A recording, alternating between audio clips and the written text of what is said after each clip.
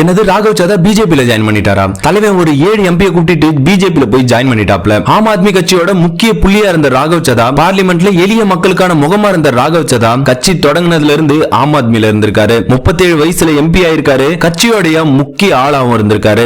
அப்பதான் அரவிந்த் கெஜ்ரிவால் ஜெயிலுக்கு போய் குற்றமற்றவர்னு நிரூபிச்சு வந்த உடனே மாநிலங்களவை துணைத் தலைவரா இருந்த ராகவ் சதா பதவியில இருந்து தூக்கி அவரை பேசக்கூடாதுன்னு சொல்றாரு. ஏன் தூக்குனீங்கன்னு நம்ம கூட வீடியோ போட்டிருந்தோம். ஏன் தூக்குனாங்கன்னா தலைவர் பிஜேபி எதிர்த்து ஒரு கேள்வி கூட கேட்கறது இல்லையா, பின்னாடி கட்சிக்கு ரிவிட் அடிக்கிறாராம், கட்சி மீட்டிங்க்கு போறதே இல்லையா.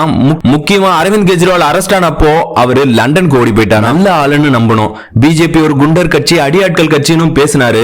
இதுக்கு நம்ம எல்லாருமே சப்போர்ட் பண்ணிருந்தோம். இவருக்கு எல்லாரும் சப்போர்ட் பண்ணா தலைவன் நைஸா பிஜேபிக்கு ஆப்போசிட்டா போட்ட போஸ்ட் எல்லாத்தையும் டெலீட் பண்றான் தலைவன். கொஞ்ச நாள்லயே 7 பேரை கூட்டிட்டு பிஜேபிக்கும் போறாரு. பதவி பறிபோகாதான்னு கேட்டீங்கன்னா ஆம் ஆத்மி கட்சியில இருக்கிற 10 எம்பில 7 பேரை கூட்டிட்டு போய் பிஜேபியில ஜாயின் பண்ணிட்டான். அதாவது கட்சியில இருக்கிற 3ல ஒரு பங்கு எம்பியை கூட்டிட்டு போனா எந்த ஒரு பிரச்சனையும் நடக்காதான், எந்த எம்பிக்கும் பதவியும் போகாதான். அப்படிதான் ஹர்பஜன் சிங், அசோக் நட்டல்னு 7 பேரோட பிஜேபியில போய் ஜாயின் பண்ணிட்டான் தலைவன். அசோக் நட்டலுக்கு 14ஆம் தேதி தான் இடி ரைடு வந்திருக்குது. 24ஆம் தேதி பிஜேபியில போய் ஜாயின் பண்ணிட்டாப்ல. எளிய மக்களுக்கான முகம்னு பார்த்தா தலைவன் இங்கேயே எல்லாருக்கும் ரிவிட் அடிச்சுட்டு போயிட்டான். ராகவ் சதாவை என்னன்னு சொல்றது? மறக்காம கமெண்ட்ல சொல்லுங்க. சேனலை சப்ஸ்கிரைப் பண்ணிட்டீங்கன்னா இந்த மாதிரி கண்டென்ட்டை டெய்லியும் பார்க்கலாம்.